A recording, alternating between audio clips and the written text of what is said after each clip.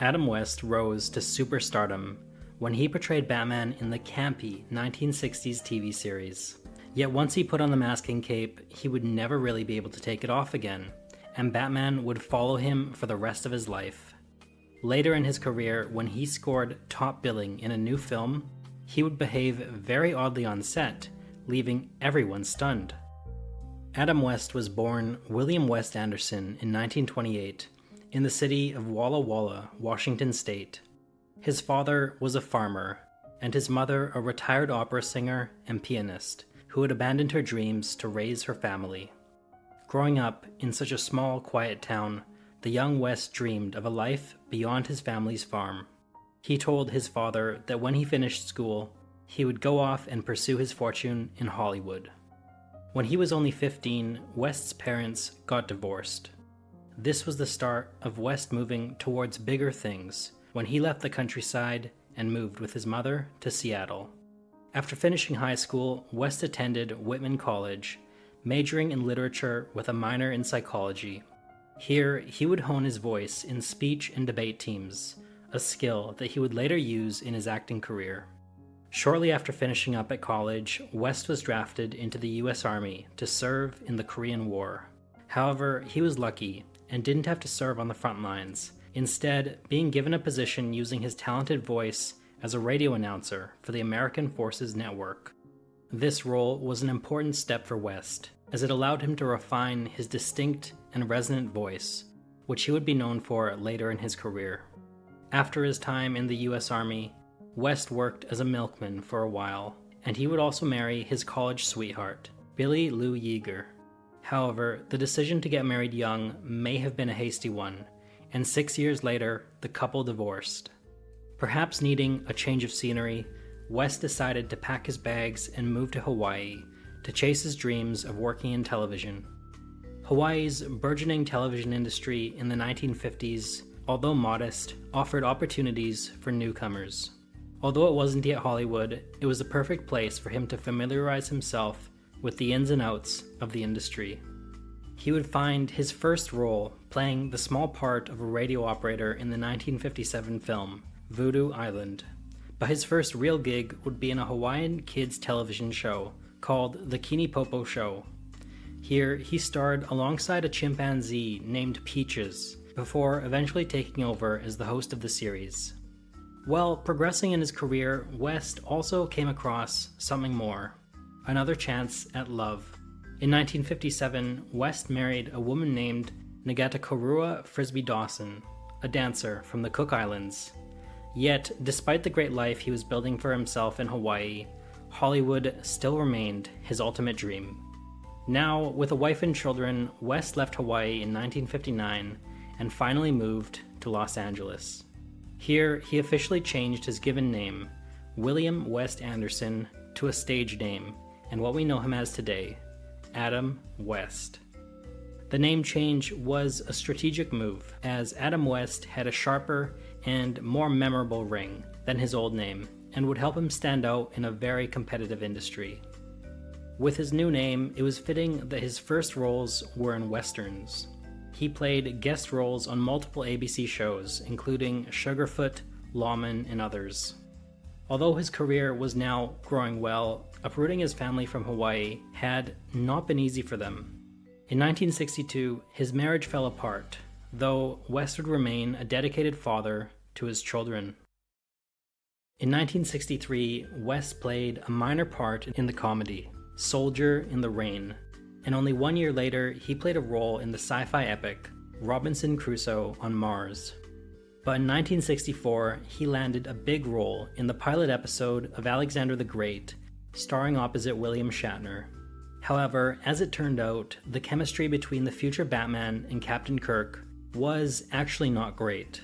The historical drama aimed at epic storytelling, but West's reserved performance clashed with Shatner's more theatrical style, leading to a lackluster production. Aside from their chemistry, it turned out that the episode wasn't very good either, and the studio shelved it. Oddly enough, in 1968, both West and Shatner had become big TV stars, and the network decided to cash in on their fame by rehashing the episode into a made-for-TV movie. West, now way past this moment in his career, was not impressed, and later admitted that, quote, "It turned out to be one of the worst scripts I have ever read, and it was one of the worst things I've ever done." While filming the spaghetti western The Relentless Four, West recreated a moment from Batman's origin story. While riding near a cave, he unwittingly spooked a colony of bats that flew out and swirled all around him. Although he didn't enjoy it at the time, later on, he would reflect on this as his Bat moment, a sign of his next big career move. While filming a commercial for Nestle Quick, West caught the attention of the producers for an upcoming show, Batman. At 6 feet 2, he was literally the exact same height as the Caped Crusader from the comics. Although it seemed like a trivial detail, it gave him a presence that few others could match. Additionally, his handsome features and ability to balance heroism with self-aware humor made him the perfect fit for producer William Dozier's version of a more colorful and lighthearted Batman. Early episodes of Batman were met with immediate success. The show, which premiered in 1966, became a cultural phenomenon, capitalizing on the 1960s fascination with pop culture and vibrant aesthetics, and making West a household name overnight. The show had a unique format, airing 2 episodes a week with cliffhangers, keeping audiences hooked. The series had bright color, exaggerated villains, and catchy fight scenes that were popular with both children and adults. As well, West had great chemistry with co-star Burt Ward as Robin, which contributed to its appeal. As a result, the studio immediately began planning Batman the movie. However, to reprise his role, West wanted more screen time without the mask, as Bruce Wayne. Although he loved donning the mask in the series, he often felt that he wasn't displaying his full acting potential. He wanted to be seen as a versatile actor, not just a superhero in tights. The studio agreed and the production was on. Batman the movie was released in 1966 and featured Batman and Robin against a team of villains including the Joker, Riddler, Penguin, and Catwoman, with Catwoman having a romantic subplot with Batman. West's Batman was campy and lighthearted. For his part, West didn't try to deny the absurdity of it all. In one scene, Batman punched a quite fake-looking rubber shark. The producers were concerned with the sound the shark made when punched, but West just rolled with it, and ended up making one of the most memorable moments in the film. Although West was definitely one for practical effects, on some occasions these were more risky than fun. The Batpole launcher, a device that propelled him up the pole, often caused him actual pain. Pressurized steam shot directly under his cape, and sometimes even caused him burns. The Batcycle, the iconic sidecar that Robin rides in, could also be dangerous. Apparently, when jettisoned from the main bike, it didn't always go where it was supposed to go, and on one occasion even flew into a patch of thorn bushes. Although Batman's costume looked cool, in reality it was quite uncomfortable. West often quipped humorously that 2 million silkworms were required to produce it. The attire was very itchy and uncomfortable, and the costume's cowl also restricted his vision, making fight scenes rather challenging. With the release of the film, West and his co-star Ward participated in a tour around New York City on a special bus.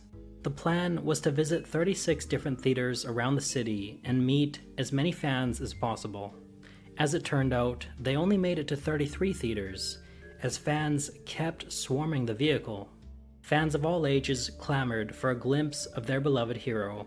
However, the Batmania nearly got out of hand when, at one point, they almost tipped over the bus. This frenzy showed just how much cultural impact the show was making. As the success of the Batman series made West a household name, he often struggled with the spotlight. The pressure of fame, as well as the demanding filming schedule, often requiring West to shoot 2 episodes a week, was taking a toll. It wasn't always easy to deal with the instant fame, and he later admitted that there was a lot of drinking and womanizing at this point in his life.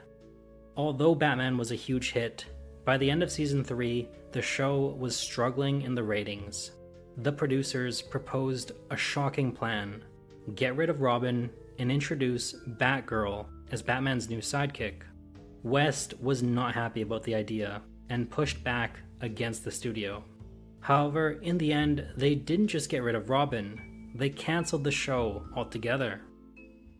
Although West was now no longer playing the Caped Crusader, Batman stayed with him in another way. He was typecast. He tried hard to reinvent himself with his first gig post-Batman, playing a cynical tough guy in the 1969 noir film, The Girl Who Knew Too Much. The film flopped, and it seemed that audiences couldn't get past seeing him as Batman, and Batman only. Although his career faltered, West was able to rebound in his personal life when he was married for the third time to fashion designer Marcel Tagandelier. They had 2 children together and would be happily married for over 46 years. She helped him find peace in his life now that he had moved on from Batman. Despite his newfound love, West struggled with his fading celebrity, with less and less acting offers, and being unable to free himself from his image as Batman, he fell into a depression. To cope, he turned again to the bottle. West was bitter about his diminishing career prospects, convinced that the cape he had donned had ultimately hurt his career. He would eventually come to a realization about his drinking habit, and with the help of his supportive wife, found the strength to pull himself out of the depths of despair. West realized that although his role playing Batman limited some opportunities, on the other hand, it gave him a special place in pop culture history, and that was something to take pride in. A great new opportunity came around when producer Albert Broccoli considered West to play the role of James Bond in the new film, Diamonds Are Forever. Surprisingly, West would turn the role down, insisting it should go to a British actor instead. Now at peace with his Batman alter ego, West embraced it, making public appearances in costume at events such as county fairs and wrestling matches, even getting shot out of a cannon on one occasion. Although these appearances sometimes came across as gimmicky, they showed his good humor and willingness to connect with the fans. In 1977, the producers of the animated show, The New Adventures of Batman, asked West to return to the role and lend his voice. Although hesitant at first, he returned to the character that had defined his career once again. A little later on, for the 1987 film Zombie Nightmare, although West scored top billing, his cast members would be shocked by his behavior on set. According to reports, he was simply phoning it in. He didn't memorize his lines, often glancing at the script while shooting scenes, and wrapping everything up in only 2 days. It was about as clear an indication as any that he'd lost interest in anything besides being Batman. Although shocking, his lackluster performance was likely a reflection of frustration with low-budget projects that failed to challenge him creatively, as nothing could really reach the highs of his role as Batman.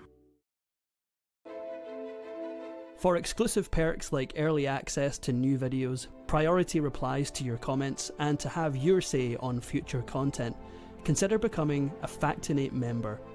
On top of that, your support helps keep the channel going. Click the link in the description for more details. Now in the twilight of his career, he took on less serious roles.